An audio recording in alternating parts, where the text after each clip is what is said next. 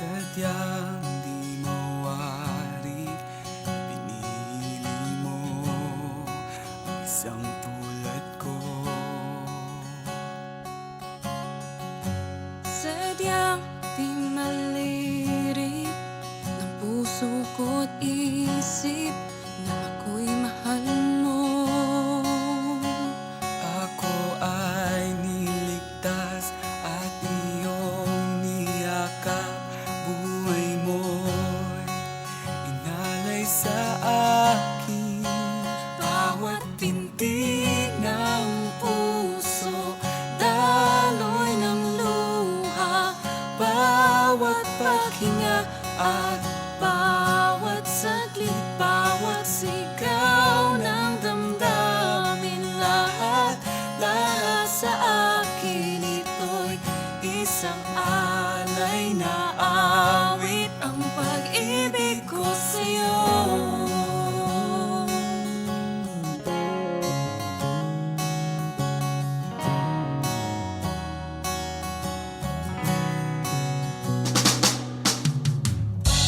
Katapatan mo, hindi magbabago, sadyang totoo.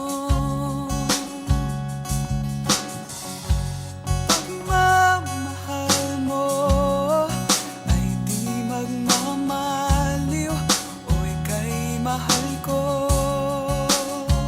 Ako ay niligtas at iyong niyakap. Buhay mo'y inalay sa akin. Bawat pintig ng puso, daloy ng luha. Bawat paghinga at bawat saglit, bawat sigaw ng damdamin. Lahat sa akin ito'y isang alay na awit, ang pag-ibig ko sa'yo.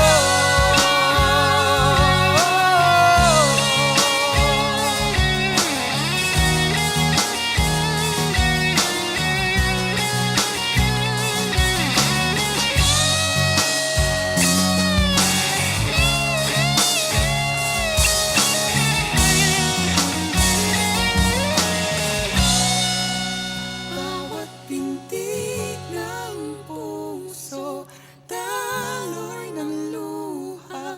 Bawat paghinga at bawat saglit, bawat sigaw ng damdamin. Lahat sa akin ito'y isang alay na awit. Bawat pintig ng puso, daloy ng luha. Bawat paghinga at bawat saglit, bawat sigaw ng damdamin. Lahat sa akin ito'y isang alay na awit, ang pag-ibig ko sa'yo.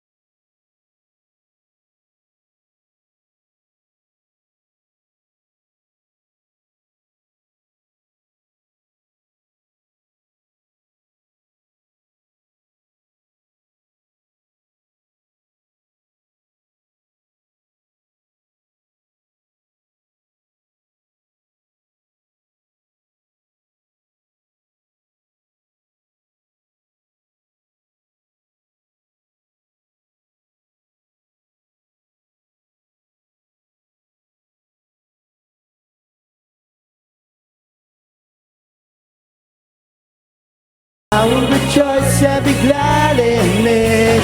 Today's the day you have made. I will rejoice and be glad in it.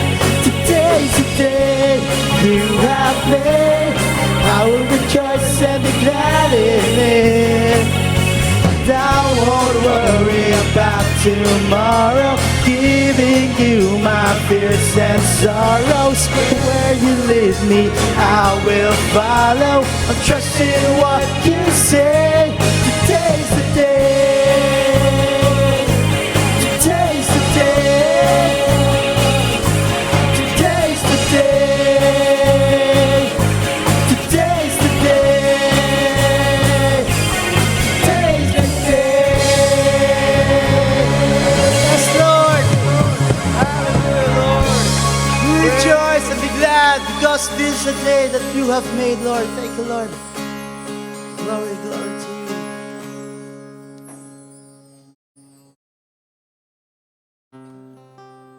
Hallelujah. Continue to worship. Continue to adore our God, our King.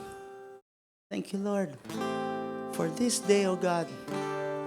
Gathered us here, Lord, to worship your name, to lift your name on high. Thank you, Lord.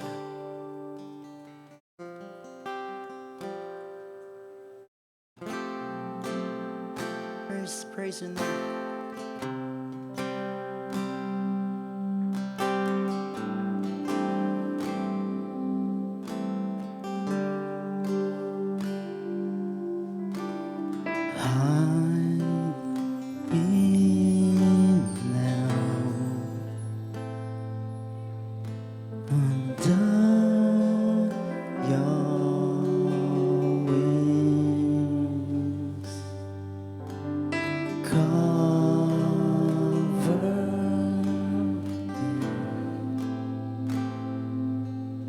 Within your mighty hand, when the oceans rise, thunders roar. Sing it, church. I will soar with you above the storm. Father, you are King over the flood. And I will be still, know you are God.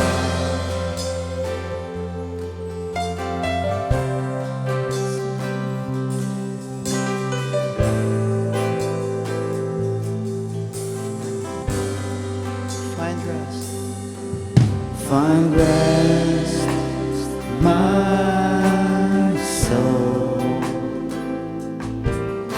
in Christ alone. No is found in quietness and trust. When the ocean lies and thunders roar, I will soar with you above the storm. Father, you are King over the flood, and I will be still, know you are God.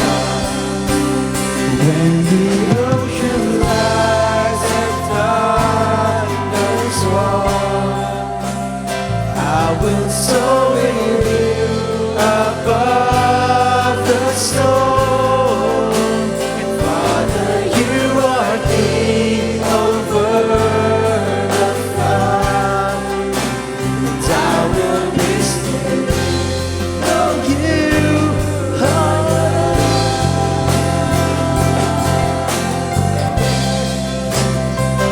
Oh,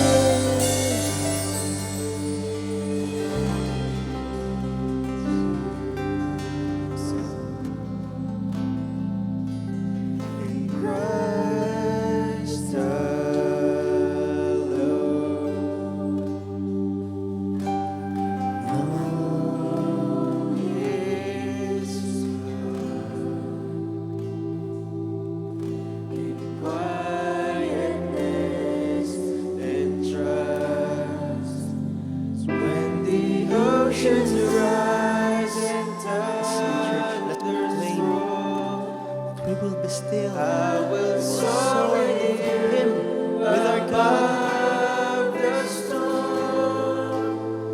Father, you are King. He's the King over the flood. He's the King over all. I will be still. Know you are God. Hallelujah. When the oceans undone. Let's proclaim it, church. Let's claim what the Lord gave us. He is with us. Kahit anong mangyari, over the storm, over the flood, over all, oh God, you are our King. You are our King, you are our Savior. And I will be still, know you, our God.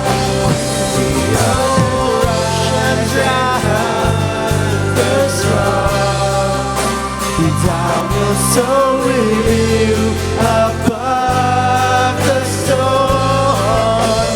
Father, you are King over the flood, and I will be still, know you are God.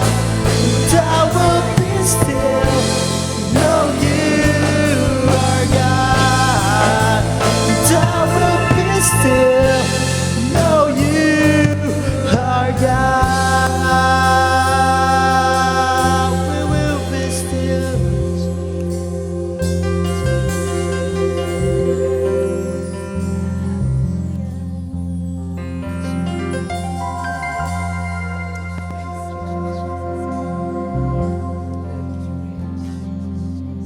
We will be still, knowing that you are our God, knowing that you are our Lord, our King. You are our hope. Praise your name. Let's continue to praise and exalt His name. Let's continue to raise the name of our God, the name of our Jesus, the name of our King, the God of hope, the God of peace, the God of all, Jesus. Let's raise our God. Hallelujah. Let's raise our hallelujah to Him. To you alone, Lord, we surrender. To you alone we surrender, oh God. We raise it all to you. Praise the name.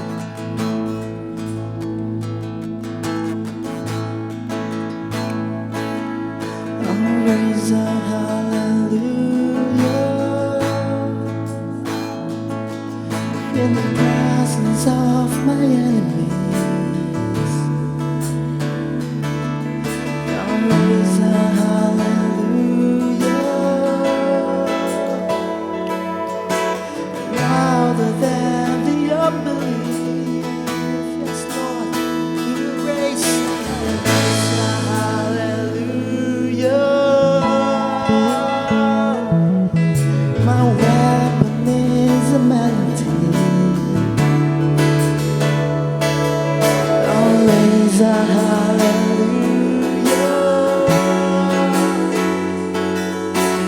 Heaven's comes to fight for me.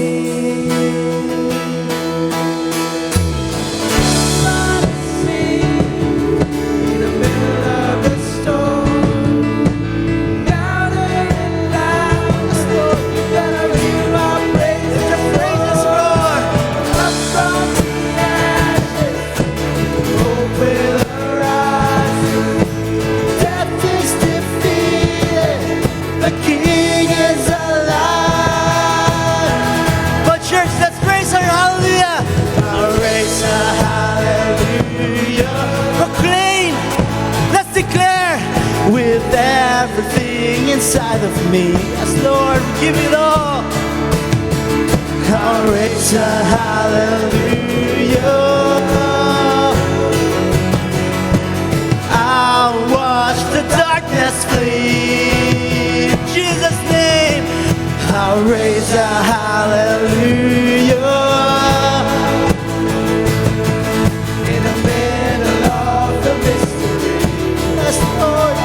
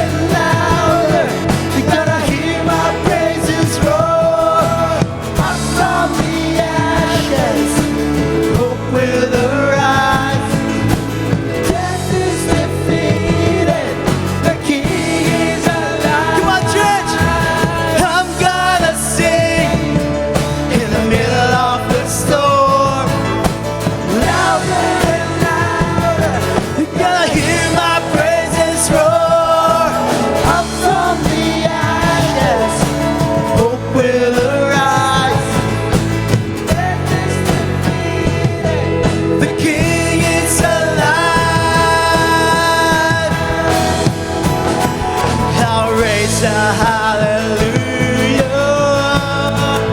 Come on, church. I'll raise a hallelujah. I'll raise a hallelujah. I'll raise a hallelujah.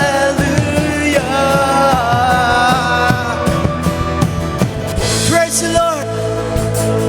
So for God, lift it all to you.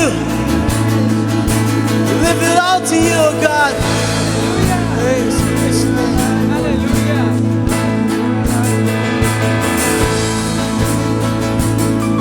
Church, let the whole world know that our God is alive, that our God is the Savior. Let's sing it all. Let's sing our worship. Let's shout our praises.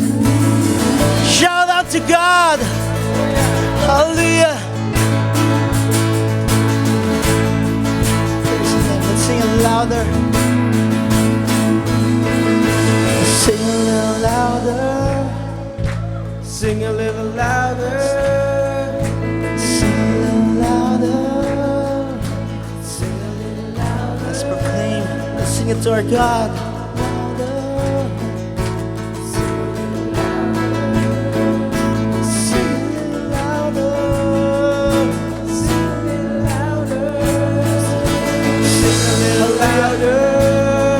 In the presence of my enemies, sing a little louder, louder than the unbelief. Proclaim, church, my weapon is a melody. Sing a little louder, hallelujah. Heaven comes to fight for me. Hey, sing a little louder. Come on, church, my weapon is a melody. Sing a little louder. In the presence of my enemies, sing a little louder. Hallelujah. Heaven comes to fight for me. Hallelujah. In the presence of my enemies, sing a little louder. Louder than the unbelief. My weapon is a melody. Sing a little louder. Heaven comes to fight for me.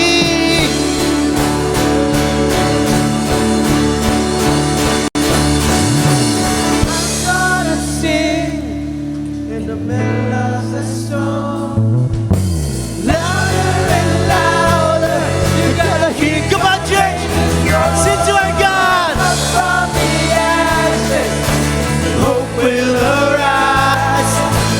Death is defeated, the King is alive. I'm gonna sing in the middle of the storm.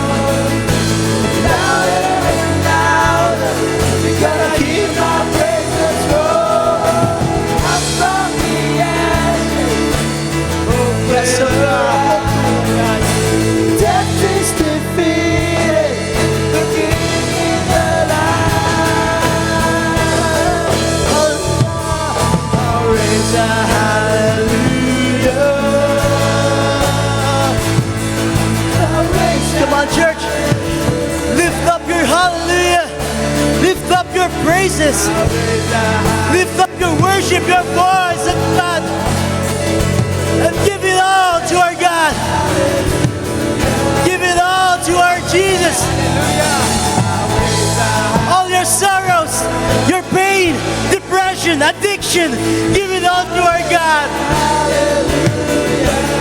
All the sickness, the disease, oh God, we give it all to you. We raise it all to you, oh God. We lift it all to you. And lift up our hallelujah. I'll raise my hallelujah. Raise your hallelujah, church. Yes, Lord. I'll raise my hallelujah. Come on. Let the whole world know that we are raising our flag, our banner to our God.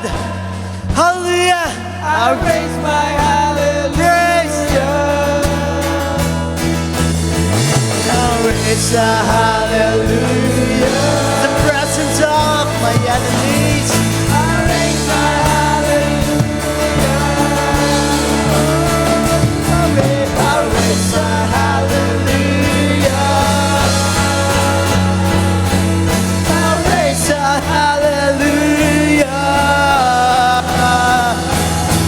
I raise a hallelujah. Hallelujah, Lord. Hallelujah. Glory to Jesus. Yes, Lord. Hallelujah, King of Lord. Kings. Lord of Hallelujah. Thank you, Jesus. Glory to you, Lord. Thank you, Lord. Hallelujah. Hallelujah, Lord. Oh, we raise a hallelujah to the King of Kings and to the Lord of Lords. Say hallelujah. Hallelujah. Hallelujah. Oh, hallelujah. We praise you, Jesus. We praise you, God. Hallelujah to the King of Kings, to the Lord of Lords. You deserve the praises of your people. Hallelujah, hallelujah. Oh, hallelujah. Today is the day that you have made, oh God. Today is the day that we gathered in this place to worship you in spirit and in truth. And today is the day that we need to rest upon your presence, that we need to feel your very presence in the midst of us with the working of your Holy Spirit, O God. Hallelujah, hallelujah. Salamat po, dakilang Diyos, na na ginawa nyo ay para sa mga anak nyo, para mas maramdaman po namin, dakilang Diyos, na ang aming sinasambang Diyos ay buhay. Buhay at totoo sa buhay ng bawat isa. Maraming salamat po, Panginoon, sa katotohanan na kung sino kayo sa nararanasan ng bawat isang mga anak nyo. Hallelujah! Oh, dakilang Diyos, maraming salamat po sa inyong banal na presensya sa aming kalagitnaan. We continue to uphold each one, oh God, sa umaga ito, dakilang Diyos, that the need ng bawat isa as they come to this place of worship, oh God. Sa awitan pa lamang, Panginoon, you have released, Lord, all those burdens in the name of Jesus. Maraming salamat po, Panginoon, sapagkat in the presence of the enemies, there you are fighting for each one of us. There you are fighting for each one of us because that is your promise, O God. Maraming salamat po, Panginoon. At dakilang Diyos, hiniling po namin sa aming kalagitnaan ang patuloy na pagkilos nyo sa buhay ng bawat isa. Ano man ang pangailangan, Lord, we believe that you have already met it in the name of Jesus. Maraming salamat po, Panginoon. Your people, your children will come attentively, Panginoon, na makikinig ng inyong salita because your word, Panginoon, is a living word. It will sustain us, Lord. It will sustain everyone. Everyone who will hear, Lord. Kaya I pray, Heavenly Father, that each one in the midst of us have their listening ears so attentively to receive your blessing, O God, that you have prepared in advance through your servant na gagamitin nyo ngayong umaga. Maraming salamat po, dakilang Diyos, na ang mga anak nyo na narito ay nahandang paglagakan ng inyong mga salita. We pray for the powerful anointing of the Holy Spirit to your servant, Lord, and let everyone, O God, receive according to their need, Panginoon. Ano man ang pangangailangan, tatanggap sila ng kasagutan sa umagang ito, sapagkat ang araw na ito ay ginawa ninyo para sa amin. And all those people, O God, watching via live stream, sa bawat pamilya, Panginoon, na kasama po namin, ganun din po ang pagkilos nyo, O God, with your Holy Spirit as they watch via online, Lord. Thank you, God, for the very presence of the Holy Spirit na maiwasan po nila yung mga distractions. Even at this point in our worship, Lord, distractions sa paligid, Lord, maiwasan ng bawat isa, but let that have listening ear, O God, this morning. Maraming salamat po, dakilang Diyos, at patuloy nga po na luwalhatiin ka ng bawat isa sa pagdako sa lugar na ito. And remember all those churches having their services right now in the name of Jesus, that your Holy Spirit will continue to work, O God, in every churches, in the lives of the pastors who will share your word for this morning, O God. Maraming salamat po, Ama. Kayo po ang maluwalhati sa lahat po ng gagawin po namin sa aming serbisyo ngayong umaga. Salamat po sa iyo ang mataas na pupuri at pasasalamat sa pangalan ng aming Panginoong Yesus. And everybody say aloud, Amen! Hallelujah! Hallelujah! Isa pa nga pong malakas na hallelujah para sa Panginoon. Yan. If we raise our hallelujahs in the presence of the enemies, how much more in the presence of our brothers and sisters? Sige nga po, pwede po bang kausapin nyo, kamustahin ninyo yung mga katabi nyo ngayong araw, habang yung mga nasa likod naman po, hanap po kayo ng comfortable seats. Sige po, for a minute, let us greet one another with a heavenly greeting. Sige po, magkumustahan po tayong lahat.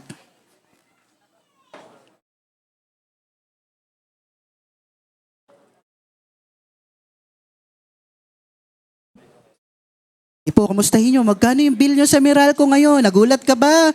Yan. Na-enjoy mo ba? Ano naman? Bill reveal naman tayo. Yan. Kumustahan po tayo. Kumustahan tayo ng linggo. Hey everyone, settle down.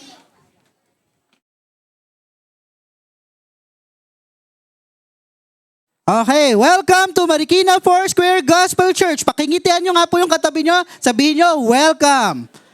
Yan. So, gusto ko lang pong i-check. Baka po meron tayong mga bisita ngayong araw na gusto nating i-welcome sa lugar na po ito.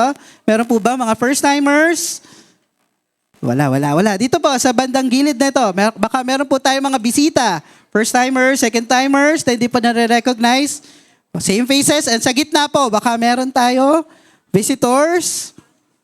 Okay, same old faces. And if you are watching this live stream, welcome po sa live stream ng Marikina Foursquare Gospel Church. We are the church that follow Christ and makes followers of Christ. So meron po tayong physical services ng 7:30, ng 10:30 a.m. and live stream services every 2, every 6 p.m., every 10 p.m. Yan, pakinggan nyo lang po, panoorin ninyo, and i-share nyo po yung live stream na ito sa inyong mga kaibigan at mga kamag-anak. So, also, if you are regularly watching this live stream, matagal na po kayo, kaparte po kayo ng gawain ng Marikina Foursquare Gospel Church, I would like to encourage you na i-type nyo po yung mga pangalan ng mga kasama nyong nanonood. Kayo at mga kasama nyong nanonood, para naman po nare-recognize namin kung sino po yung kasama namin sa gawain. Lalo na po yung mga panggabing live stream natin, di po ba? Para hindi naman isa, dalawa lang yung nanonood, hindi pa nagko-comment. Mag-comment po kayo para na-encourage po natin ang isa't isa. Okay po ba yon? Okay. Punta po tayo ngayon sa ating mga announcements. So again, every 9:30 to 10:30 a.m. in between first and second services, meron po tayong tea time for our UFW, for our adult women, and kapihan para sa ating mga UFM, mga adult men. So I encourage everyone, mag-join po kayo sa mga gawain na ito, wherein you will fellowship, and you can fellowship with your fellow men and women. And standby lang po ang ating mga youth. Someday, in the coming weeks po, baka magkaroon na tayo ng Choco Youth, ang tawag nila. Choco Youth o baka Milk Teens. Tignan po natin kung anong pwede, di po ba? Pwede tayo magkaroon din ng gawain para sa mga teens and youth po natin. Okay? Another announcement, sa Wednesday po na darating, meron po tayong Faith Night. So physically, we will gather here to pray for one another, for our prayer request, and we will pray for the church. Because we believe that prayer is the backbone of the church. Kaya po kung naniniwala din kayo na kailangan nyo po ng panalangin, magpunta po kayo dito sa darating na Wednesday, 6:30 p.m. Again, faith night po tayo sa darating na Miyerkules. Okay, another announcement po. Paalala, ang service schedule po natin para sa buwan ng Mayo ay 7:30 pa rin po kapag first service and 10:30 para sa second service. So if you are regularly attending first service dati, 7 a.m. po kayo pumupunta, kahit pa paano medyo inurong po natin. Pero hindi po ibig sabihin, kung dati nalilate kayo ng first service, 7:30 na kayo dumadating, hindi po porket inurong ng 7:30, tas yung second inurong ng 10:30, iurong din natin yung pagpunta natin ng 30 minutes pa. So kailangan po, by 7:30, 10:30, nag-start na po tayo sharp. Okay po ba? Okay, another announcement, Salt and Light po. Yan. Next week, meron po tayong Salt and Light para sa mga kabataan. So if you are 12 years old pataas, pwede po kayong umattend dito. If you have children 12 years old pataas, pwede nyo pong papuntahin dito. Free lunch na po ito, dire-diretso na after ng second service. So May 19, 12 p.m. Also, RNR Fridays. RNR Fridays. Sa May 17 naman po ito gagawin. 7:30 p.m. at Ushi Cafe. Para po sa ating mga working professionals, sa mga young professionals natin, kahit walang work, pwede po kayong pumunta dito sa Ushi Cafe. Malapit po sa Olops. If you want to join at hindi nyo po alam kung paano pumunta dito, andyan po si Kuya Lester, pwede po kayong makipag-ugnayan sa kanya or with other fellow FSYs. Okay, medyo maraming announcement. If you have decided to follow the Lord through water baptism, matagal na po kayo nag-church, naintindihan nyo na po yung inyong salvation sa Panginoon, naintindihan nyo na, naunawaan nyo na, tinanggap nyo ang Panginoon bilang Panginoon at tagapagligtas, magkakaroon po tayo ng water baptism sa May 19. Pero bago po kayo mabaptize sa water, kailangan po kayong ma-interview. So if you have decided in your heart, gusto ko nang sumunod sa Panginoon through water baptism, makipag-ugnayan po kayo kay Pastora Glo para po ma-schedule kayo for interview at makasama po kayo sa baptism on May 19. Okay po ba? Pakikalabit yung katabi nyo, magpabaptize ka na. Yan. 10 taon ka na sa J-Clam, di ka pa nababaptize. And another announcement na mahalaga, membership po. Magkakaroon tayo ng membership acceptance on May 26. If you have been attending this church for years na, or kahit bago pa lang at nabaptized na kayo, and you consider this church as your family, we are encouraging you, pwede na po tayong magpa-member. So you have benefits as a member na wala po sa regular attendees. Bakit? Mas may langit points ba yon? Wala pong ganon. Pero mas mararamdaman nyo po yung privileges as a Foursquare member kapag nagpa-member po kayo. Okay po? We are part of a bigger family and if you consider this as a family, we are encouraging you, magpa-member na po tayo. So kalabitin nyo ulit yung katabi nyo, magpa-member ka na, kadugay na. Okay. And we will not miss this chance to recognize, because this is a special day, pwede po bang tumayo ang ating mga nanay? Sige po. Gusto lang po nating i-recognize ang ating mga kananayan. Yan. Sige po. Pwede po ba silang tumayo? Ay, wait lang. Sorry. Another announcement. May nakalimutan ako. Sorry po. Pasensya na live. Mahirap talaga maging artista. Yan. Sa May 18, 2024, magkakaroon po ng gawain ng ating mga prayer warriors. Saan po ito gagawin? Sa hacienda ni Dr. Edith. Yan. Sa hacienda ni Dr. Edith sa Daisy Street, Modesta Village, San Mateo, Rizal. So ang meet up po ay sa J-Clam. Hanggang 6:30 lang po ng umaga ang antayan. Tama po? Hanggang 6:30 lang po ang antayan. Gagawin po, wait lang, 6:30 ang antayan, 7:30 ng umaga ang gawain. Okay, 7:30 ng umaga, so hindi po PM. yung gawain. Okay? Baka po maggantay kayo ng umaga, hanggang gabi pa pala yung gawain. Ano? So 6:30 ng umaga ang antayan. Pag na-late po kayo, medyo hassle po yon. So agahan nyo po ang punta. Kasi po babiyahe pa, papunta kala Doktora Edith. Okay? Meron pa po ba akong naiwan na announcements? Okay. Habang tumatayo po ang mga nanay at pumupunta sa harapan, dito po sa harapan, gusto po natin silang i-recognize ngayong Mother's Day. Sige po, pwede po ba tumayo ang lahat ng nanay at samahan po ako sa harapan? Sige po. This is your time. This is your day. Punta po kayo sa ating harapan. Ayan. Habang yung mga ushers po natin ay nagpe-prepare for our tokens.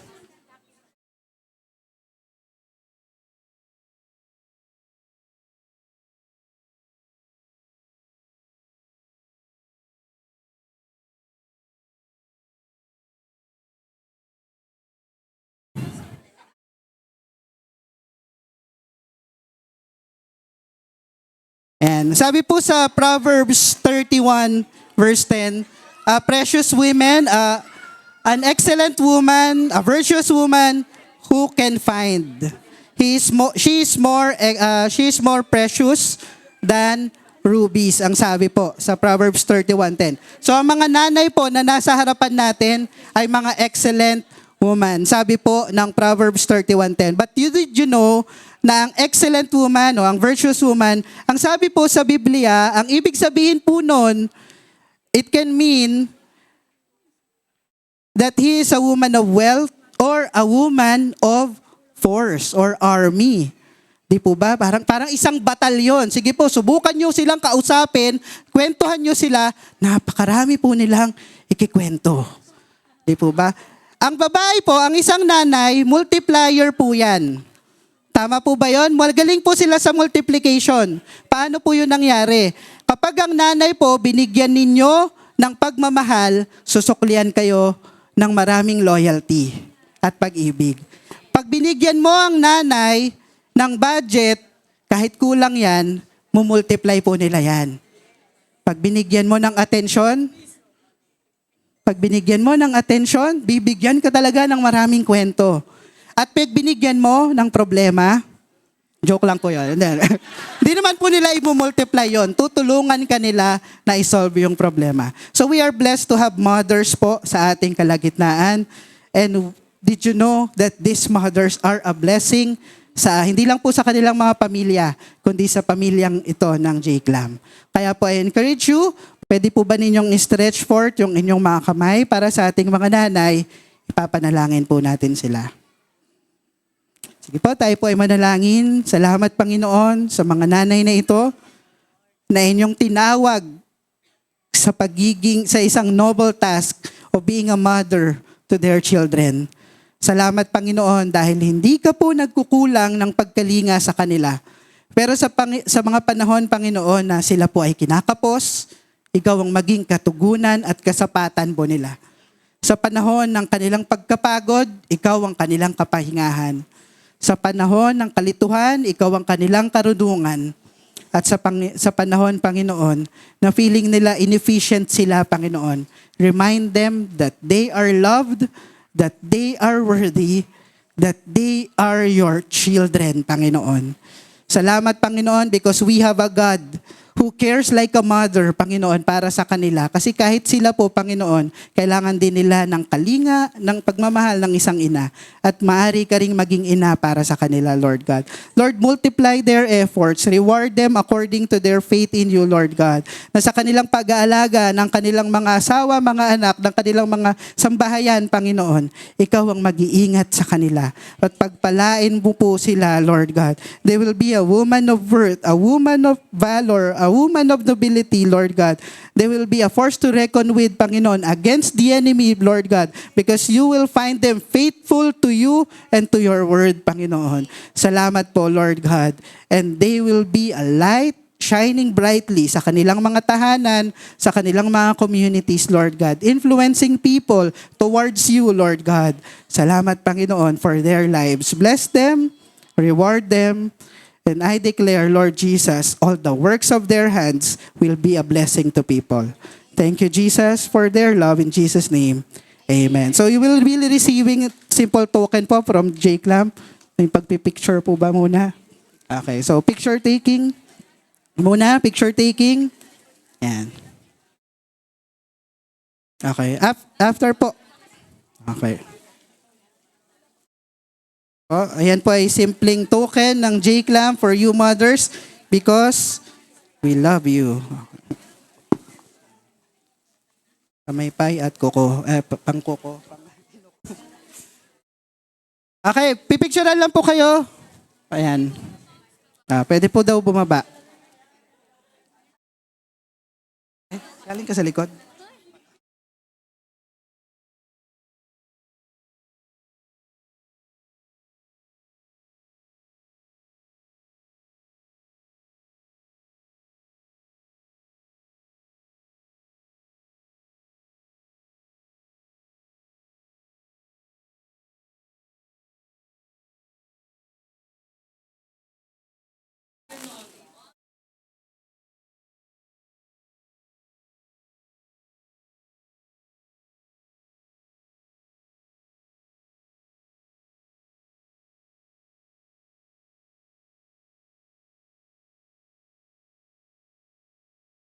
Sige po. Yung iba po, sa upuan nyo na po as you go to your seats, saka po kayo mabibigyan. Okay. At this moment, I would like to introduce our speaker. She's not yet a mother, not yet a mother, but she is a mother to all our care circle groups. Di po ba? Napakasipag na leader ng mga leaders natin. And she will be delivering the word to us. I would like you to give a Jake Lam clap to our speaker, Dr. Edith Manalo. Thank you, Kuya Mart. Magandang tanghali po sa inyong lahat. Ayan. Happy Mother's Day po sa lahat ng mga mothers na nandito. And Happy Mother's Day din po sa mga nanonood sa atin online. Happy Mother's Day po! Ayan. Mga mothers natin mukhang mukhang pahingang-pahinga yung itsura pagka Mother's Day. Special day no? Kahit mapagod, kahit busy sa bahay, mukha pa rin dapat fresh pag Sunday. Tanungin nyo nga po yung katabi nyo. Busy ka ba? Busy ka ba? Yan. Sige po, bago po tayo mag-start, I just want to declare the presence of the Holy Spirit in our midst, that He will move among us in a mighty way, Lord. And I pray that your word will transform our lives. Lord, make it powerful as we receive it, oh God. Open our hearts for your word in the name of Jesus. Our prayer. Amen. Amen. Amen! Amen! So ang series po natin ay madaming sandamakmak na question mark. Parang sinasabi, question, question, question, question. Ayan po, last week po, ang topic po ni Pastor Nolen ay, ano pong topic? Ano pong title ng topic ni Pastor Nolen? Pasensya? Hanggang saan? Hanggang saan? Ngayon po ay may bago tayong question na sasagutin. Pero bago ko po i-reveal ko anong title natin, kung anong tanong na ito, ay panuorin po muna natin yung video clip. Sumasaktan mo na lang ako. Ano? Joe, ano? Ano ba? Ayaw mo na ba? Pagod ka na ba? Joe, ano? Ayaw mo na? Pagod ka na? Ayaw mo na? Pagod na ako! Pagod na ako maglinis ng mga kalat mo. Pagod na ako mag-aral. Pagod na ako magtrabaho. Pagod na ako... Yan. Sino po sa inyo ay ang may ganyang drama sa buhay? Mga nanay, pagod na ako maglinis ng kalat nyo. Ang mga bata, pagod na akong mag-aral. Ang mga tatay, pagod na akong magtrabaho. Stress na. Drain na sila. So So po, ang mga linyahan po ng mga ganyan ay, sasabihin nila, pahinga, ano yun? Yun po ang title ng ating topic for today. Sabihin nyo nga po, pahinga, ano yun? Ano yun? Sa tao pong busy, hindi na po nila alam kung ano yung pahinga. Wala na po yun sa vocabulary nila. Pakispell, ano yun pahinga? Ano yun rest? Hindi na po nila alam yan. Pero bakit nga po ba inaalaw natin na maging abala tayo sa ating mga buhay? Bakit inaalaw natin yun na kahit parang ayaw na nating magtrabaho, pero napipilitan pa rin tayo magtrabaho? So bibigyan ko po kayo ng mga few reasons kung bakit nangyayari po itong pagkaka-over-busy ng isang tao. Una, abalang-abala tayo kasi syempre, gusto natin kumita ng pera. Po ba? Diba niya? Ganyan. Kahit walang rest day. Walang rest day sa akin, ang dami kong anak. Mga ganyan. Gusto ko magkabahay, gusto ko magkakotse. Ang araw, ang gabi, gagawin kong araw, basta magkapera lang ako. So, nagpapakaabala talaga tayo. So, ano pa pong mga reason?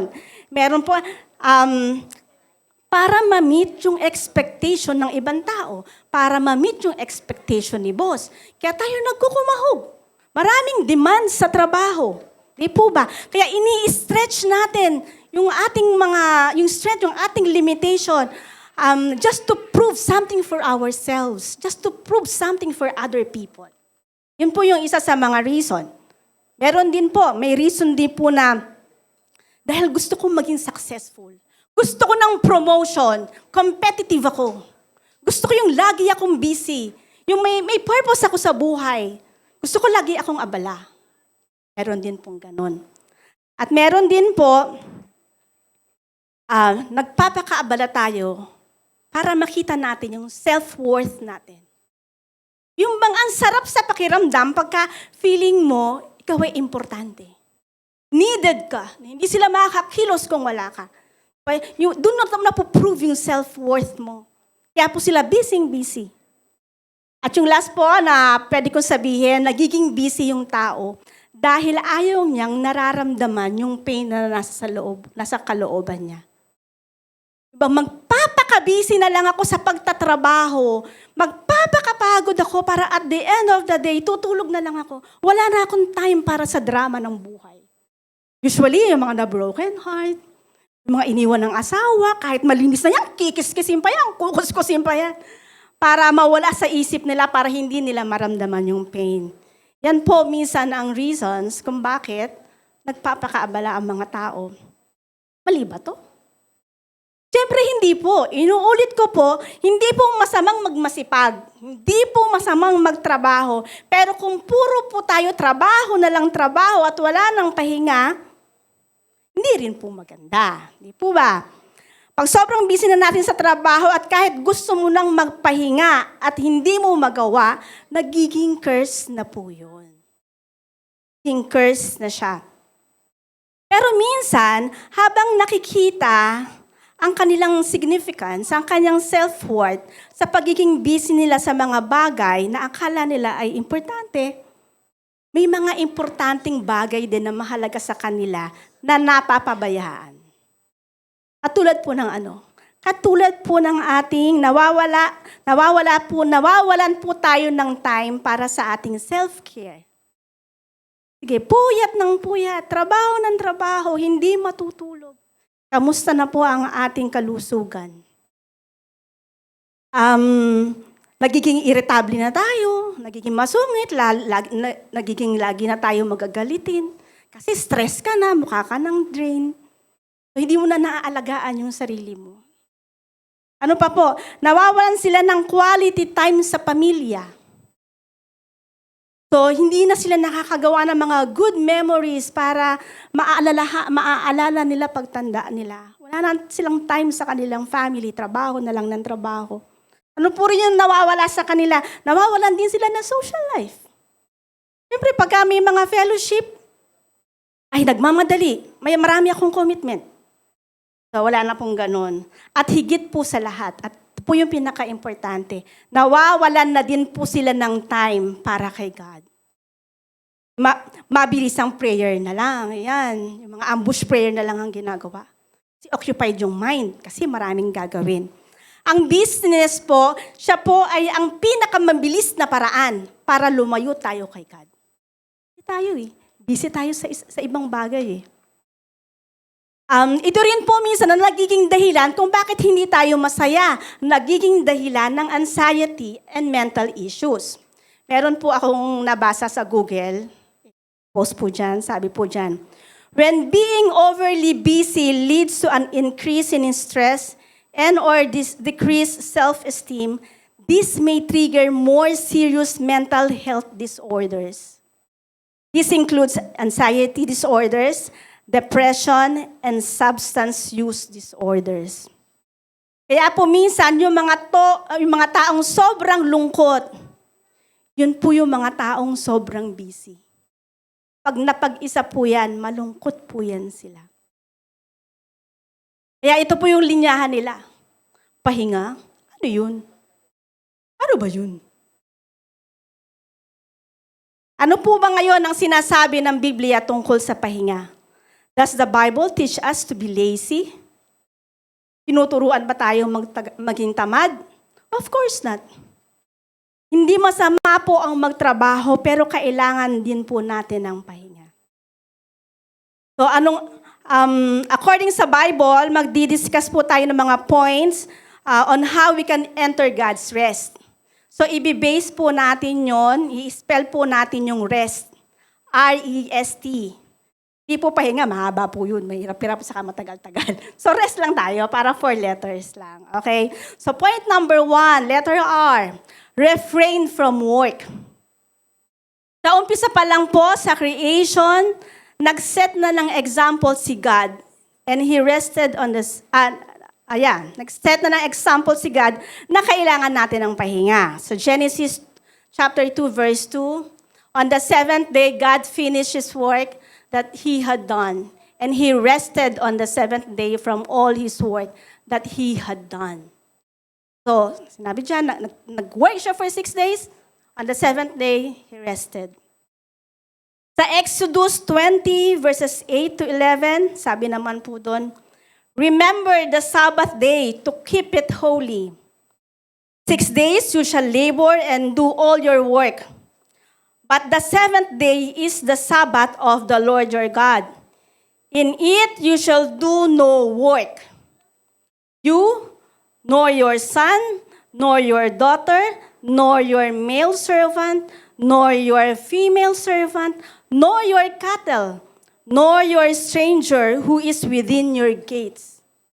Pati po yung kanilang mga hayop na alaga, kailangan daw po walang ginagawa, hindi pinagtatrabaho. At ito po ay isa sa 10 Commandments. So, meron pong Sabbath day. May araw po talagang itinalaga ang Diyos para tayo ay magpahinga. At sana po ito po ay na-observe natin bilang mga Kristiyano. So after finishing His work for 6 days, He rested. God rested. Meron po si God na work-life balance. Magtatrabaho muna at pagkatapos ay magpapahinga. Mayroon pong pahinga. Hindi tayo kinreate para magtrabaho hanggang sa madrain po tayo. Hindi po tayo kinreate para maging katulad ni Catherine Bernardo. Ayan, napagod hanggang sa walay na po sila ni Daniel. Ayan, hindi naman din tayo tiniruan para magpahinga at maging tamad. God worked for 6 days. On the 7th day, He rested. Ipinakita ng Diyos na dapat ay may work-life balance. Sa punto po ng buhay nyo ngayon, masasabi nyo po ba na kayo ay may work-life balance? Sige nga po, tanungin nyo po yung mga katabi nyo. May work-life balance ka ba?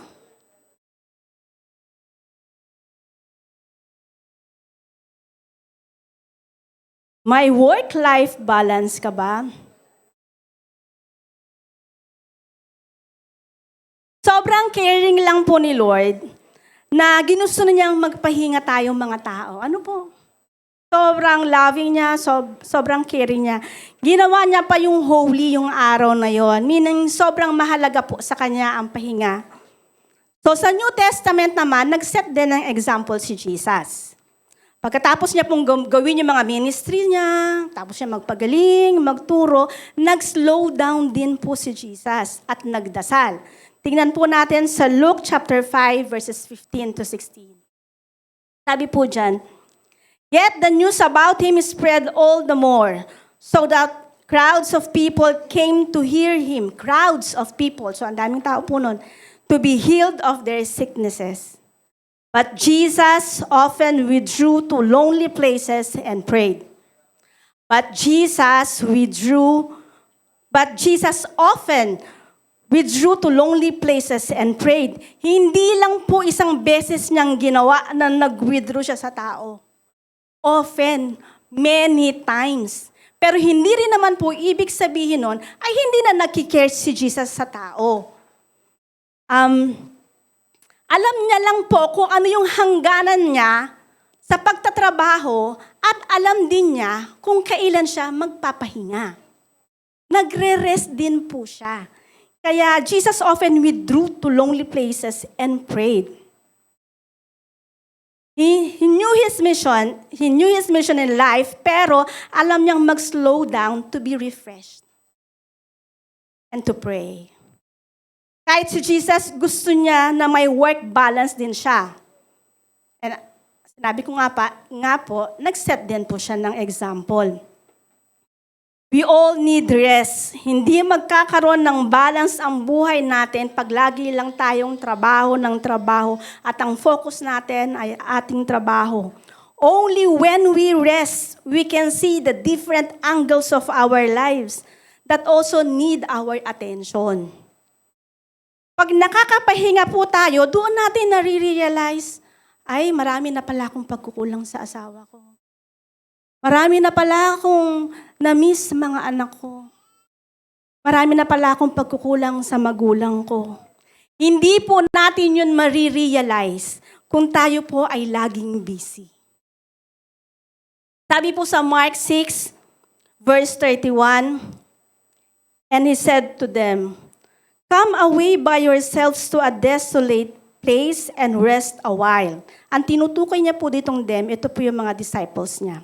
Si Jesus po ang nagsasalita nito. "For many were coming and going, and they had no leisure even to eat."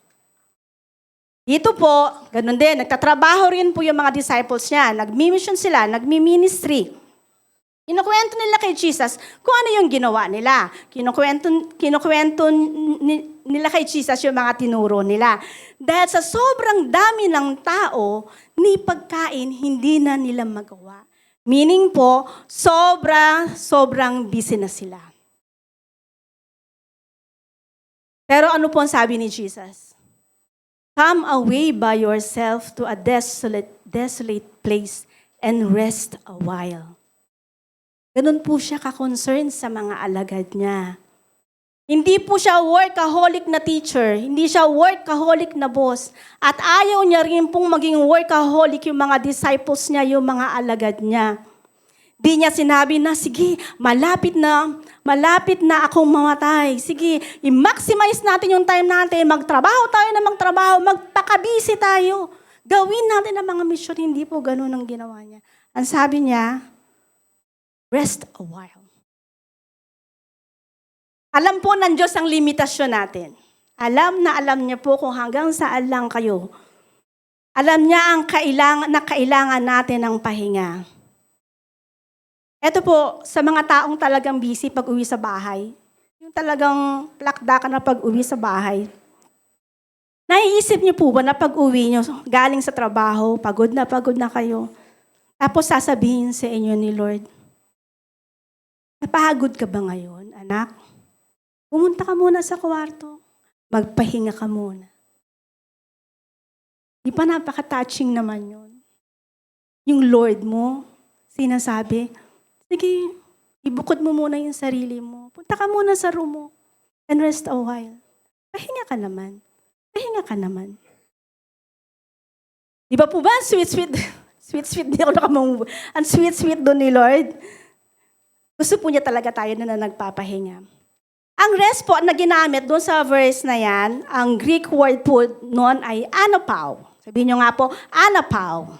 Anapau. Ang ibig sabihin po noon, permit one to cease from any movement or labor in order to recover and collect his strength.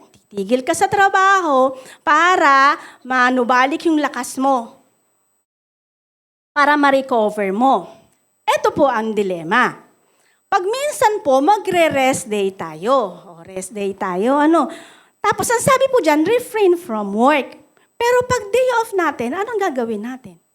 Maglilinis tayo, maglalaba, magluluto, itataob natin ang buong bahay. Pagdating po ng gabi, napagod po tayo. Ay nako, magre-relax ako. Manonood ako ng K-drama. Nanood ng K-drama. Dire-diretso, 16 hours nanood. Pagdating po ng Lunes, mainit ang ulo, puyat, pagod sa kapapanood. Arrest po ba siya? So ano pong ibig sabihin ng rest? We cease from any movement or labor to recover and to collect our strength. Titigil muna sa pagtatrabaho para makabawi ng lakas. Kaya po malaking bagay din talaga yung tulog. Malaking bagay po yung nag-chichilax lang tayo, yung ini-enjoy natin yung fruit of our labor. At gusto po yun ni Lord na gawin nyo.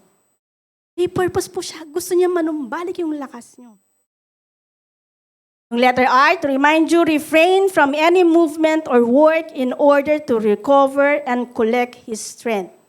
Sa Old Testament, buong araw po yan. Wala silang gagawin. Kaya po nang nabasa natin. Ako po, alam ko po sa sarili ko na nakakaroon ako ng quality time with the Lord pagka nakapahinga po ako physically. Kapag nakatulog po ako ng maayos, doon ko po mas mahaba yung prayer, mas intimate yung fellowship namin ni Lord, mas na-enjoy namin yung fellowship ni Lord pagka nakapahinga po tayo physically. So number 1, refrain from work. Number 2, God's rest is to, letter E, enter into God's presence. Enter into God's presence. Sabi po sa Matthew chapter 11 verses 28 to 30, namnamin po natin yan. At alam na po ng iba ito. Come to me, all who labor and are heavy laden, and I will give you rest. Take my yoke upon you, and learn from me, for I am gentle and lowly in heart, and you will find rest for your soul. For my yoke is easy, and my burden is light. Ang ibig sabihin po ng rest na ginamit dito ay katulad din yung previous verse. Stop from work to collect and recover our strength. May invitation po dito si Jesus. Ang sabi niya po dito, come to me. Lumapit kayo sa akin. Come to me. Kanino niya po ina-address yung invitation na yon? Ina-address niya po yun doon sa mga napapagod at may mabigat na pasanin. Katulad po ni Catherine. Doon niya po yun ina-address. At kung kayo po ay ganun din, ito po ay para din sa inyo. Kung mabigat din po yung mga pasanin nyo, pagod na kayo sa trabaho at wala na kayong pahinga, ito rin po ay para sa inyo. Minsan po, pag pagod na, yung ibang tao, lalo na yung mga malayo sa Lord or hindi na nampalataya kay Lord, pag araw ng Friday or Saturday, pumupunta yung iba saan? Para mag-chillax. Minsan pumupunta sa beer house, sa mga happy hour, yung ganyan. Pagod ako, buong araw, buong linggo ako ng trabaho, deserve kong mag-relax. Doon sila pumupunta. Pero anong sabi po ng verse? Ang sabi po ng verse, come to me. Come to Jesus. Lumapit daw tayo kay Jesus. At ibigay daw po natin ang pahinga at bibigyan daw po tayo ng pahinga. Sa mundo pong ito, walang libre. Yun po, wala nang libre. Wala kayong umasa. Pero po kay Jesus, kung lalapit po kayo, bibigyan daw po kayo ng pahinga. Sino po dito ang gusto ng rest? Gusto ng pahinga? Sino po dito? Amen. Lapit po kayo kay Jesus. Parang ganun lang po siya kasimple. Kung mayroon man pong totoong nakakakilala sa atin, sa nararamdaman natin, sa iniisip natin, si Jesus po yun. Si Jesus po yun. Siya po ang nakakaalam kung ano tayo, kung anong pinagdadaanan natin. Minsan nasa church tayo, smile, smile, smile lang, tanungin mo, kamusta ka? Okay lang, okay naman ako. Pero si Lord, alam niya po ang inyong kalalagayan. Alam niyo po kung bakit naiintindihan niya lahat sa atin. At bakit sinabi niya yung verse na to. Kasi siya mismo naging tao. Siya mismo napagod. Siya mismo nahirapan. Kaya kung may nakakaintindi sa inyo, siya po yun. Sabi niyo, naiintindihan ako ng asawa ko. Hindi po. Mas naiintindihan po kayo ng Panginoon. Alam niya yung effort na binigay, alam niya yung effort na ibinigay natin sa trabaho natin, yung mga sakripisyo natin, yung mga pagpapagal. Lagi ko pong naririnig sa mga working parents, lalo na sa mga edad ko, na matagal na nagtatrabaho, napapagod na akong magtrabaho. Pero kailangan pa. Alam niya na pagod ka na, pero ang gusto ng Diyos ay lumapit ka sa Kanya. Sabi po ng verse, learn from me. Ano po ba yung kasunod nun? I am gentle and lowly in heart. Matuto daw po tayo sa Kanya. Kasi siya ay gentle, at saka siya ay lonely in heart. Matuto tayo magpakumbaba sa Kanya kung tayo ay pagod na at madami na tayong frustration sa buhay. Magpakatotoo po tayo sa Kanya. Hindi po niya kailangan na magka-pride tayo. Ay, kaya ko yan, Lord. Ay, kakayanin pa yan. Hindi po. Kasi kilala niya tayo. Wala tayong maililihim sa Kanya. Ang gusto niya lang, magpakatotoo tayo na kailangan natin siya. Pwede po tayong mag-vent sa Lord. Pwede tayong magsumbong sa Kanya, umiyak. Pwedeng sabihin natin lahat ang gusto nating sabihin. Pagod ka na kahit anong mangyari, yung mga gusto mong mangyari, hindi pa rin mangyari. Pwede po tayong mag-humble down sa Kanya. Gusto ng Diyos na sa Kanya tayo lumapit at siya ang kinakausap natin. Gusto niya na makapasok tayo sa presence niya kasi kaya niyang pagaanin ang daladala mo. Marami siyang kayang gawin para sa'yo. Basta lumapit ka lang kay Jesus. Sabi po sa Exodus 33 verse 14, and He said, my presence will go with you and I will give you rest. Ang sarap po ng buhay kung alam mo na ang presensya ng Diyos ay kasama mo. Ang sarap pong magtrabaho kung alam mong may partner ka sa trabaho kasi kasama mo si God. Jesus is offering Himself to us kasi alam niya yung mga limitations natin. Kung yun nga pong electric fan, yun nga pong mga aircon natin, pag tinuloy-tuloy mo yan na hindi mo pinatay, tinuloy-tuloy mong paandarin, bibigay po yan, masisira po yan. Kung yun nga pong cellphone natin, minsan naglo-lowbat at kailangan nating i-recharge. Lapit po tayo kay Jesus. His love, His grace, and His power are readily available for us.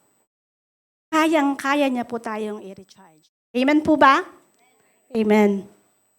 If we can enter His presence, we can experience rest, not just physically, but we can also rest in our soul. Doon po tayo tatalon sa letter C, sa point number 3. God's rest in the stillness of our soul. Letter S, stillness of our soul. Basahin po natin sa Psalm 46:10. Sabi po dyan, be still and know that I am God. I will be exalted among the nations. I will be exalted in the earth. Be still and know that I am God. Talaga minsan nakaka-amaze si Lord. Ano po? Hindi niya pong sinabing, sige, magtrabaho kayo na magtrabaho, magpaka-busy kayo, and know that I am God. Hindi po ganun. Sabi niya, be still. Sa ibang translation po, ang be still, ang ginamit nila, ginamit po nila doon ay to be in peace, to stop fight, stop the fight, to stop the battle. Still. Stop striving. Sa mundo pong ito, marami po tayong laban sa buhay. Amen po ba? Marami po tayong laban kay Judith. Marami po tayong bayarin. Meron tayong laban sa sakit, sa health natin. Gusto na natin, lahat na lang ng doktor, pinuntahan natin. Umiinom naman tayo ng gamot. Pero nandun pa rin yung laban natin sa sakit.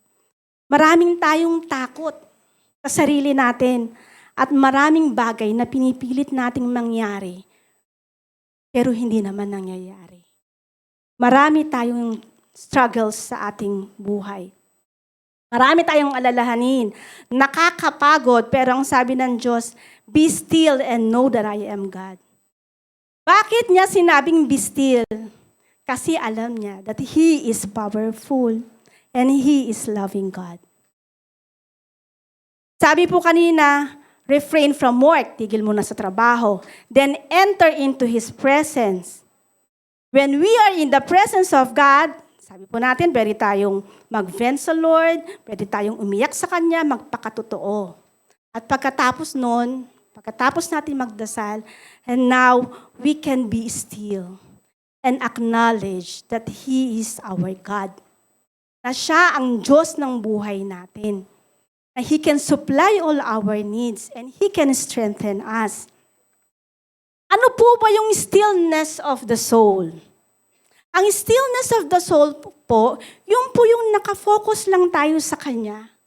Ang object siya lang at saka ikaw. And we will just let Him express His love for us dahil nasa presence niya na tayo. And we can love Him back. Yung rest lang tayo. Wala tayong ginagawa. Hindi tayo nagse-cellphone. Walang labor. Pwedeng nakaupo ka lang or pwedeng nakahiga ka rin. Pwedeng nasa loob ka ng kwarto mo. Then we stop talking. We stop striving. Wala na tayong effort. We stop fighting. Tahimik lang tayo na nag-iintay sa Kanya. Focus lang natin siya. And we are letting go of our control. We are letting go of our worries. We are letting go of our fears. Parang wala. Still ka lang. Sigad lang ang nagmamatter. Nag-iintay lang tayo ng sasabihin niya. Nag-iintay lang tayo na i-express ni Lord ang kanyang pagmamahal. Stillness of the soul.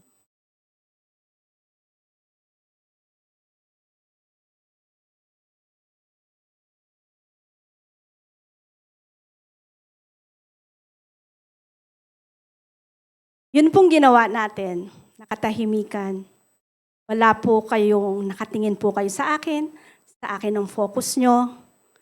Iniintay nyo ako magsalita, iniintay nyo yung gagawin ko.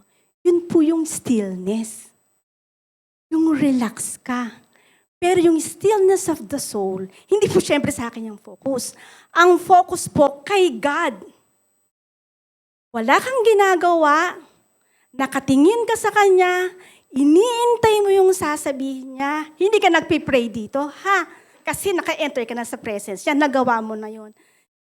Sa mata ka lang, sa Kanya ka lang nakatingin, iniintay mo siya na i-express niya yung love niya sa'yo, yung embrace niya sa'yo, iniintay mo kung paano Kanya i-comfort, and then you will love Him back. Sabi ko nga, kung may nakakakilala sa inyo si God John, kaya in the stillness of the soul, alam na alam niya kung paano niya i-express yung pagmamahal niya sa bawat isa sa inyo. Alam niya yung language of love niyo. Yun po, yung stillness of the soul. Be still kasi ini-enjoy lang natin yung embrace niya, yung forgiveness niya, yung grace niya, yung loving arms niya. Dito, binubuksan natin yung puso natin. Hindi na sa mga heartaches natin, sa mga frustrations natin. Binubuksan na natin yung heart natin sa love ni God. Kasi kung meron man po na gustong mahalin kayo, si God yun. Kung meron man po na nag-aantay ng attention nyo, si God yun. Kaya kailangan po tayo makapasok dun sa stillness of the soul. Wala tayong mga alalahanin, kundi it's just between you and God. Doon po natin mai-experience yung deep rest of the soul. Nakapahinga po tayo. Yung parang ganito lang, parang nagkakape ka lang, nakasama mo yung boyfriend mo, na kahit hindi kayo nagsasalita, andun yung presence niya. Nagpapahinga, stillness of the soul, resting in His love. Hindi tayo nagmamadali, hinahayaan mo lang ang Lord na magsalita. Basta ini-enjoy mo lang siya dahil alam mo na Diyos siya. He is God. He is your God. And He is in control of everything. Sabi ko nga po, napakasarap na dumating tayo sa ganitong deep rest of our soul. Pag nakarating po kasi tayo doon, we will experience ngayon yung easy yoke, saka yung light burden na sinasabi po sa verse. Doon mo ma-feel. Hindi naman po sinabi na mawawala yung yoke. Hindi rin sinabi na mawawala yung burden. Nandun pa din siya. Pero this time, it is easy and light because we rested in Jesus. Amen po ba? Gusto niyo po bang ganun? Yung galong pahinga? Amen. Pero alam niyo po ba na magagawa lang natin yung stillness of the soul kung magagawa po natin yung pang fourth point. Yung next point po natin, letter T, trusting the Word of God. Magtiwala tayo sa salita ng Diyos at sa Kanyang mga pangako. Sa Hebrews 3 po, may sinasabi po ang Diyos tungkol sa rest. Tungkol sa rest para sa Kanyang mga anak. Sabi po sa Hebrews 3 verses 10 to 12, therefore, I was angry with that generation. Ito pong generation po, ito yung mga Israelita po, na laging nagrereklamo, nagmamaktol, na hindi po naniniwala na makakarating sila dun sa promised land. And said, they always go astray in their heart, and they have not known my ways, sabi po ni Lord. So I swore in my wrath, nagalit po si Lord, they shall not enter my rest. Tapos, ang sabi po sa next verse, beware, brethren, lest there be in any of you an evil heart of unbelief in departing from the living God. Ang rest po na ginamit dito, pag tinignan nyo po sa Greek word, ang tawag po ay katapausis. Sabihin nyo nga po, katapausis. Ang ibig sabihin po nito, ito po ay metaphorical, parang inihalin tulad. Metaphorically, the heavenly blessedness in which God dwells, of which He has promised to make persevering believers in Christ partakers after the toil and trials of life on earth are ended. Ito po yung para sa mga anak niya na ipinangako niya na kapahingahan. Parang ganito po yung sinasabi niya. Ito po yung ibig sabihin ng rest. May ipinangako ang Diyos dun sa mga napagod, nagtrabaho, na alam niyang sa Kanya. Ito po yung God's rest. So, metaphorically, ay inihantulad po ito sa rest, ang rest sa promised land.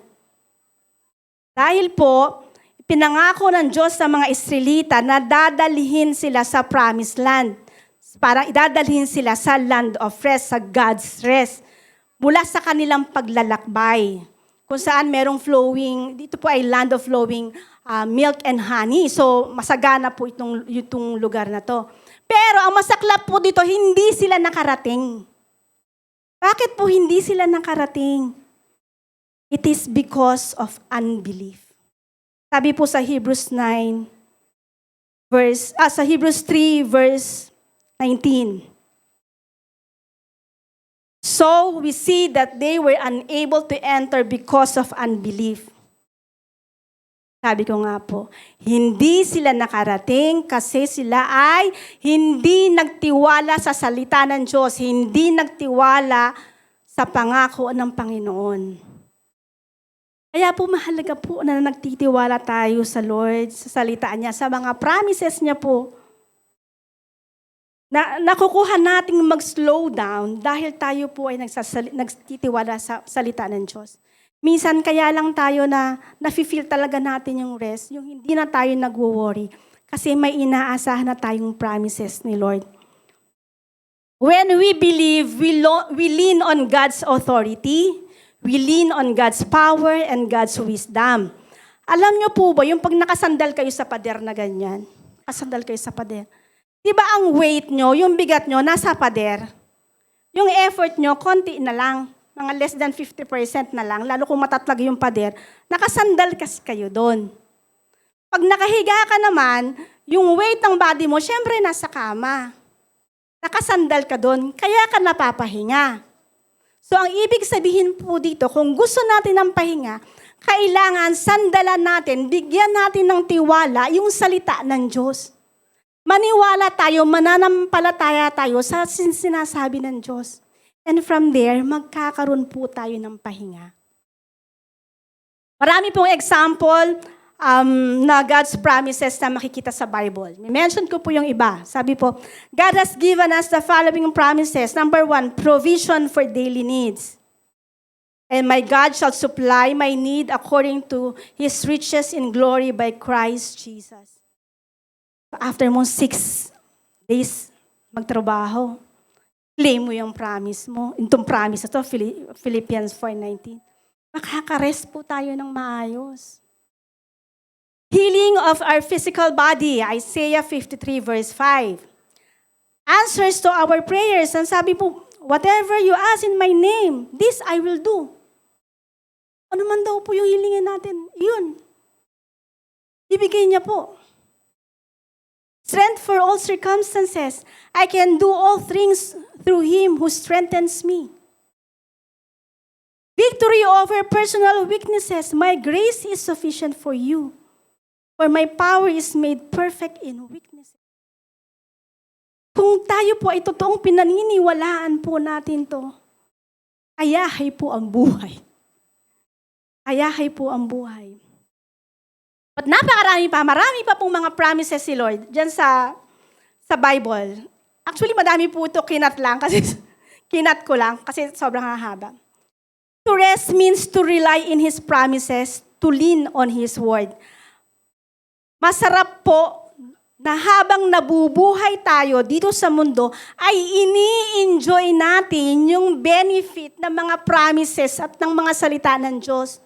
Yung nandito pa lang tayo, naniniwala na tayo, na-enjoy natin, nangyayari sa buhay natin, yung ipinangako ng Diyos.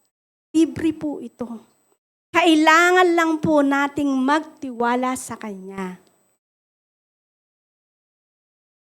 Bakit po kailangan natin magtiwala sa salita? Dahil ang sabi po sa Bible, ang salita ng Diyos po, yan po, it is firmly fixed and settled in heaven. In heaven, sabi po sa Psalm 119. Yung pong salitang nababasa natin, yung sinabi ko po sa inyo ngayon, hanggang pang-eternal life na yan, it is fixed in heaven. Nangyayari na po yan. Kailangan lang po ng tiwala. In fact, everything that we need has already been provided for us. The works are already done. Alam niyo po ba na sa creation pa lang natapos niya nang gawin ang magagandang bagay para sa atin? Creation pa lang, tinapos na ni God lahat ng magagandang gawin para sa atin. Ano po ang sabi sa Hebrews 4:3? Hebrews 4:3, sabi dyan, for we who have believed enter the rest. Tapos sa bandang huli po ng verse nakasulat doon, His works were finished from the foundation of the world. Mula po nung kinreate ang mundo, tapos na po ang trabaho ng Diyos para sa atin. Nakahain na lahat ng magagandang bagay para sa atin. Alam niya na po kung anong ibibigay niya sa'yo. Ang kailangan na lang po niya ay tiwala natin sa Kanyang salita.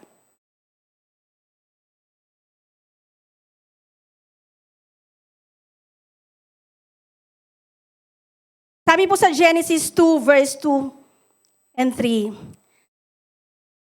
And on the seventh day, God finished His work that He had done. God finished His work that He had done.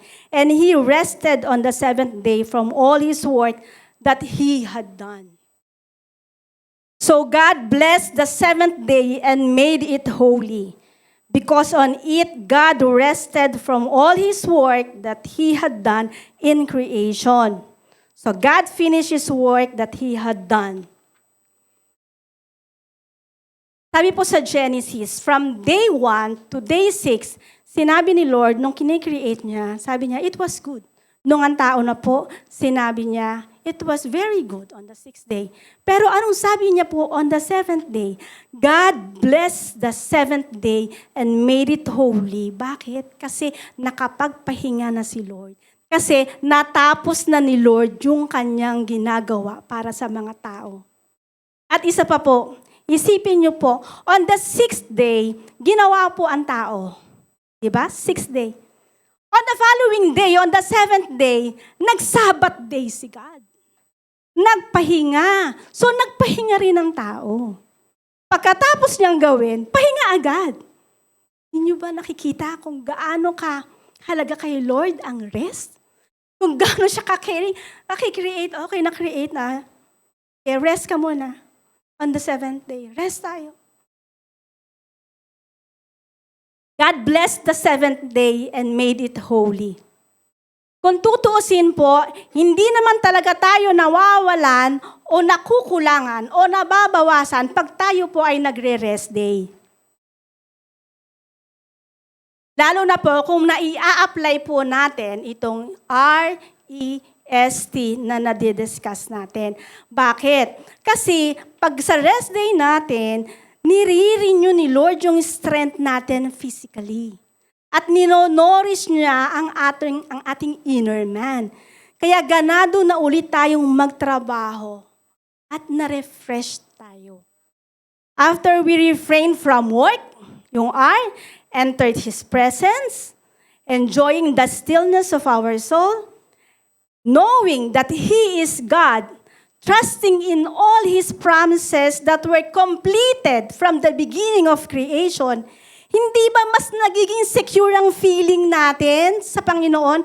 Di ba mas nagiging matatag yung standing natin sa Panginoon? Nakikita natin yung worth natin sa Kanya. Nakikita natin yung halaga natin sa Panginoon. Kung sino tayo sa mata ng Diyos. Knowing all this, nawawala lahat ng takot natin. Kasi ang security, nakikita natin sa Panginoon. Hindi ba tayo nabibless ng ganun?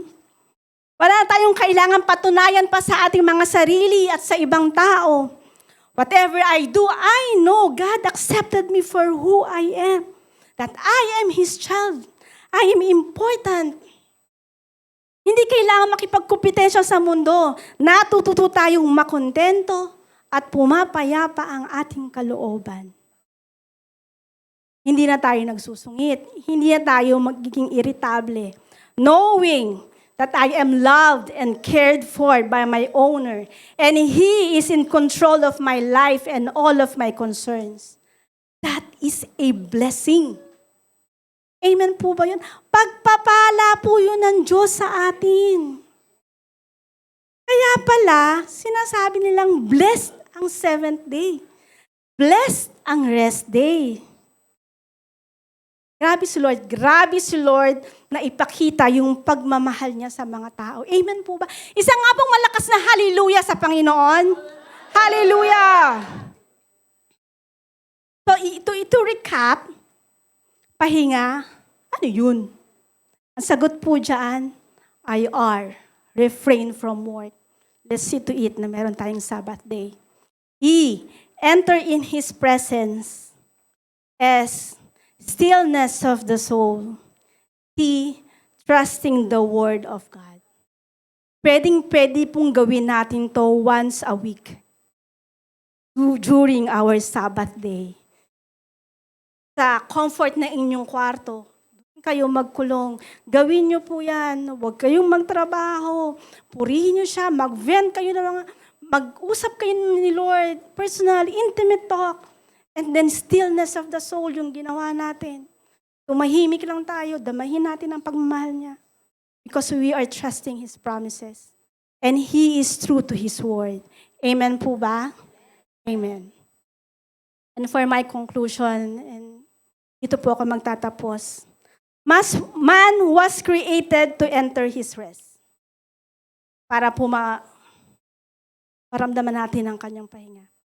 It is His desire to give us rest.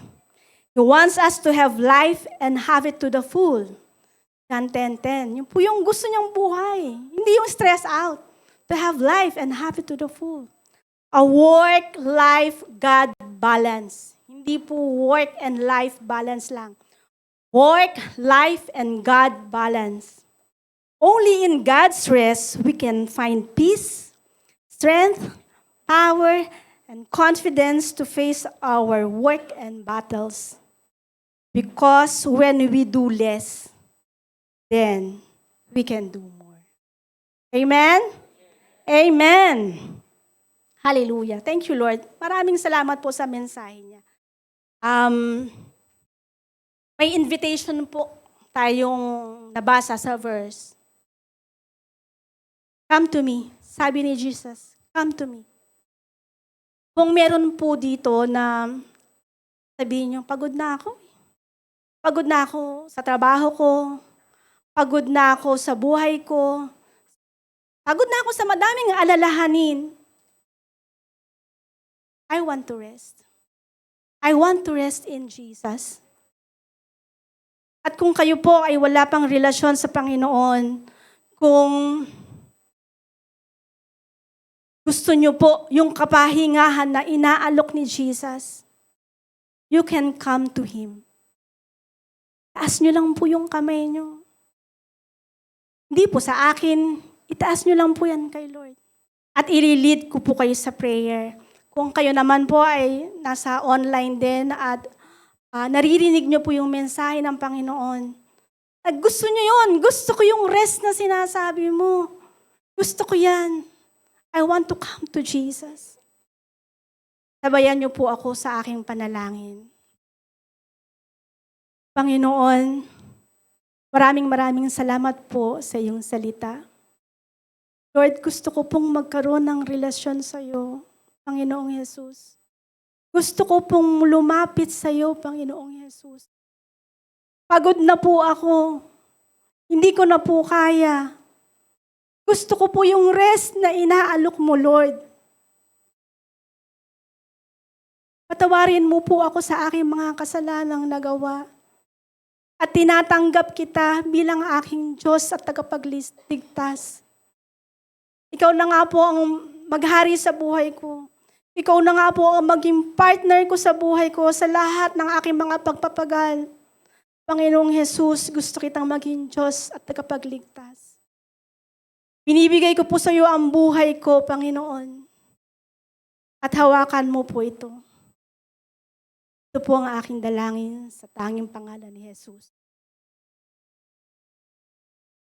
At kung kayo naman po, bilang matagal ng mananampalataya, na-experience nyo rin yung ganito pong pagod.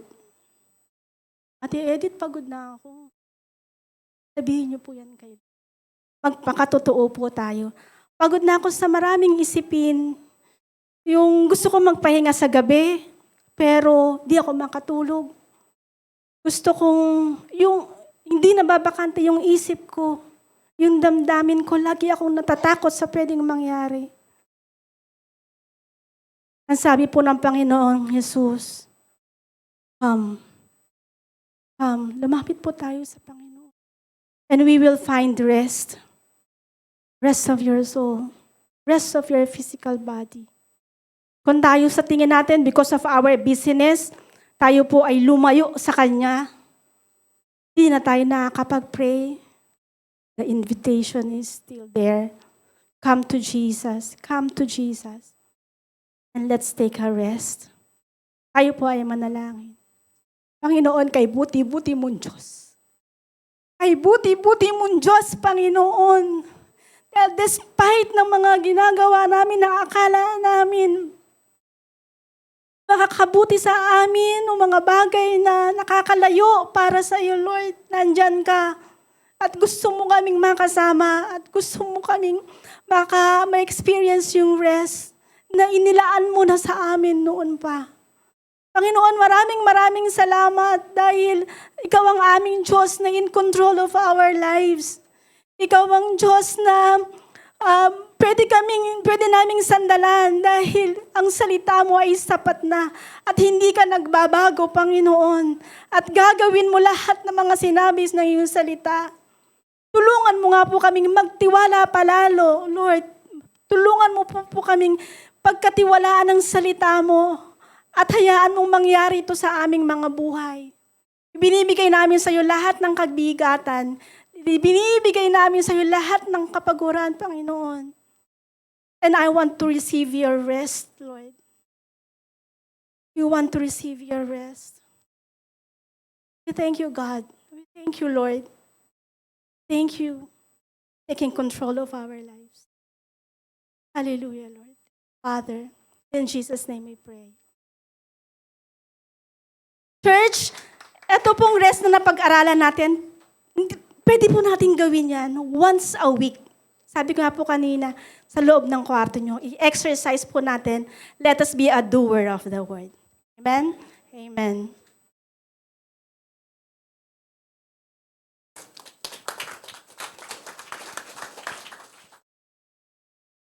Thank you. Thank you, Pastora, Doktora, Edith, for the powerful word from the Lord. Meron po tayong reflection questions na ipopost na lang. I would like you to take a picture of this reflection questions at pag-usapan nyo po sa inyong mga tahanan, sa inyong mga care circle groups within the week, pag-usapan nyo po sa inyo bilang mag-asawa. Kayo po na mga nanonood sa live stream, pwede nyo po yung i-reflect, pag-usapan po ninyo, i-process po natin yung natutunan natin ngayong araw. So take a picture of that, screenshot nyo po, at make sure that you will really reflect on the word. At kung kayo po ay sumabay sa panalangin ni Doktora Edith kanina, tinanggap nyo po ang Panginoon bilang Panginoon, tinanggap nyo po si Jesus bilang Panginoon at tagapagligtas, at nais nyo po yung totoo, yung tunay na kapahingahan sa Kanya.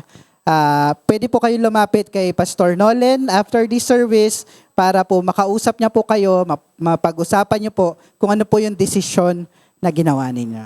Okay, punta po tayo sa ating pagbibigay ngayong linggo. One sign po of being rested, fully rested in the Lord, is when you trust Him in your finances. So we have heard a lot of testimonies na regarding giving to the Lord and then the Lord giving back to us.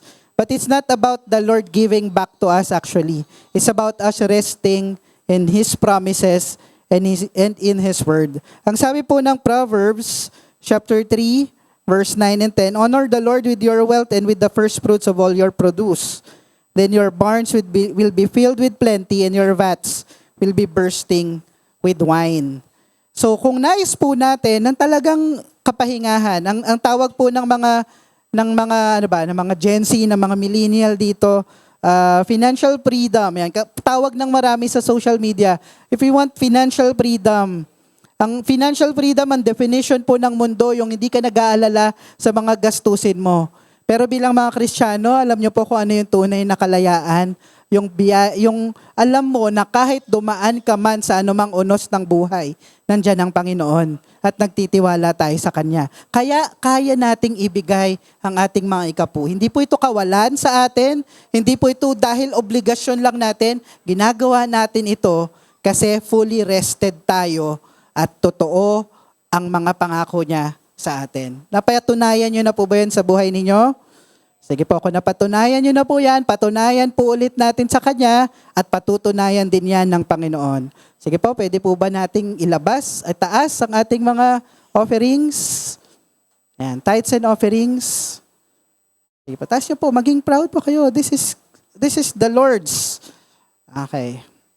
Let's pray. Father, thank you because you have given us the ability to produce wealth. Kayo ang nagbigay ng trabaho, ng lakas, ng negosyo. Kayo ang nagbigay ng kakayanan for us to produce wealth, Lord God.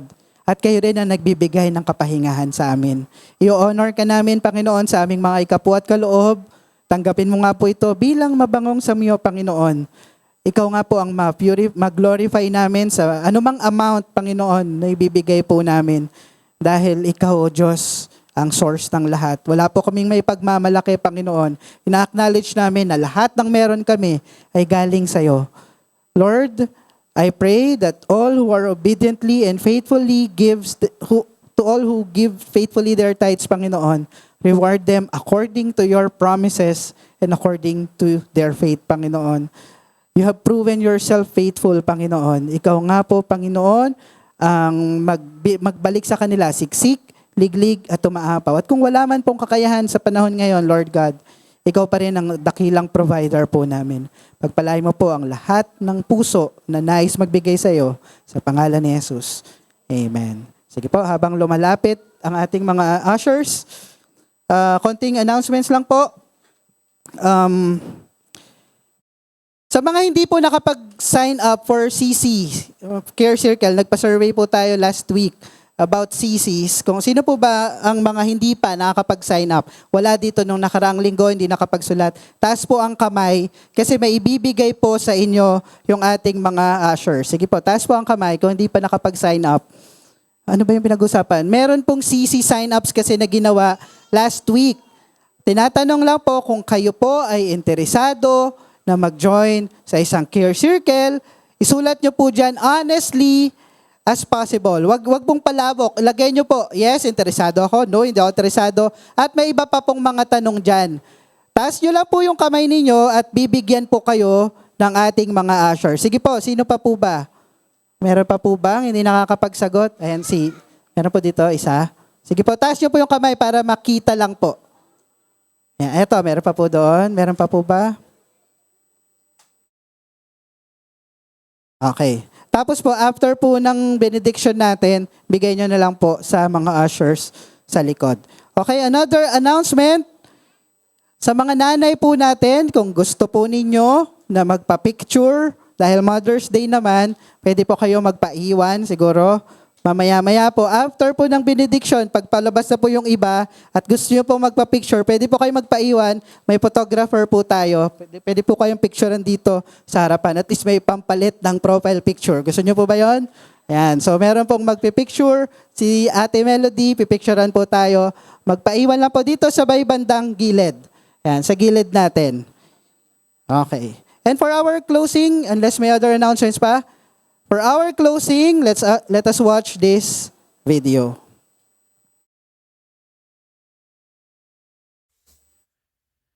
Good morning, good afternoon, good evening, everyone. Happy Mother's Day to all the mothers out there and also to all the single parents and also the tatays that are becoming mothers na rin. At salamat sa Diyos sa inyong mga buhay dahil kayo ho ay regalo ng Panginoon sa mundo nito. Dahil ang iyong tender loving care laging nandyan. Kahit na sabihing nag-asawa na, kahit na sabihing malayo na mga anak, kahit na sabihing hindi kaya talaga ng finances, no, na maging mas maiging nanay. Pero sa totoong buhay, yung puso po ninyo bilang nanay ay hindi po nauubusan ng inyong love tank sa inyong puso, hindi nauubusan ng pagmamahal. Iba-iba nga lang po ang love language ninyo, iba-iba po ang paraan kung paano natin pinapakita ang pag-ibig na ito. Pero alam ng Diyos na tayo nagmamahal na po. At nawa magpatuloy po tayo sa ganitong mabuting gawain. At ang kasama sa pagmamahal na yun ay hayaan po natin ang mga anak natin ay magawa nila yung pinagagawa ng Lord sa kanila. Ito po yung pinakamagandang reward po sa atin. Na sila ho ay nasa isang lugar na kung saan ay sila ho ay magiging totoong followers ni Kristo. At yan po nawa ang maging laman ng ating panalangin na hindi lang ho sila mabless, hindi lang maging successful, kundi talagang maging true blue, okay? And true-blooded followers of Christ. Solid rock, no po? Rock solid, ibig sabihin, rock solid po sa pananampalataya sa Panginoon. ang sarap po kasi na kahit tumatanda na tayo ay makikita natin ang ating mga anak na sumusunod sa Panginoon. Napakalaking biyayan at naway magsimula po sa atin bilang mga nanay po. Ano po ang ehemplo po bilang pong tagasunod ni Kristo. Happy Mother's Day po sa inyong lahat at nawa mapaypayan ho kayo ng lamig at init ng pagmamahal ng Panginoon Diyos sa inyong lahat. And also, salamat po sa Diyos sa pagkakataong ito na kami makapagpahinga bilang pamilya kasi kanya-kanya rin kami pong trabaho na po pero nakakapagpahinga po dito sa lugar na ito. Akala po namin ay mainit, yan pala'y na malamig po, hindi ko po minsan kinakaya. Sa iba po gusto nila pero sa akin po nanunuot po ito sa aking laman. Kaya salamat sa Diyos pa rin. At wala po ako sa init dyan sa Pilipinas.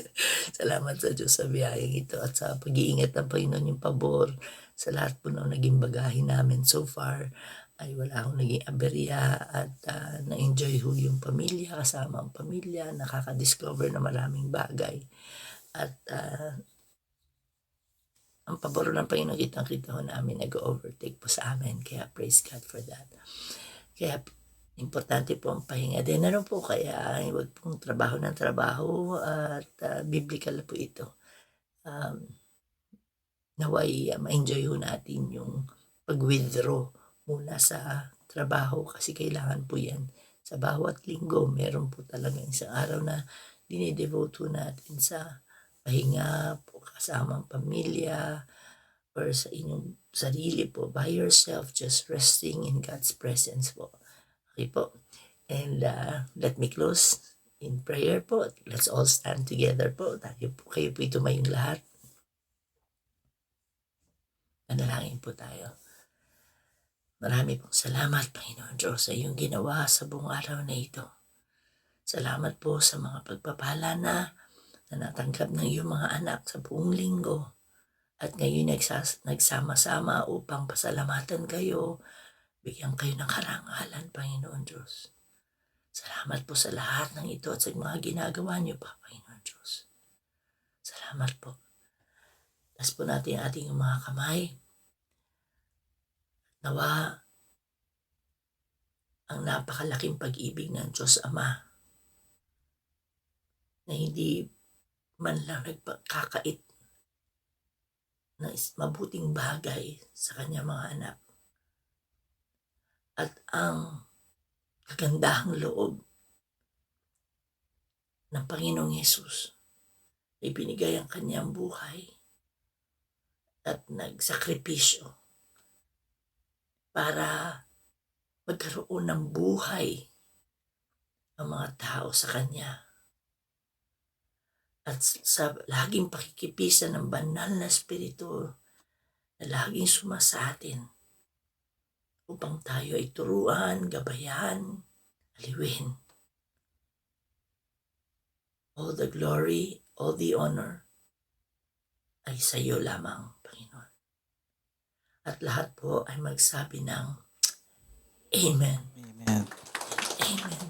Amen. God bless you po as we go. And see you po sa ating Faith Night and next Let's go week. po and see you again next Sunday.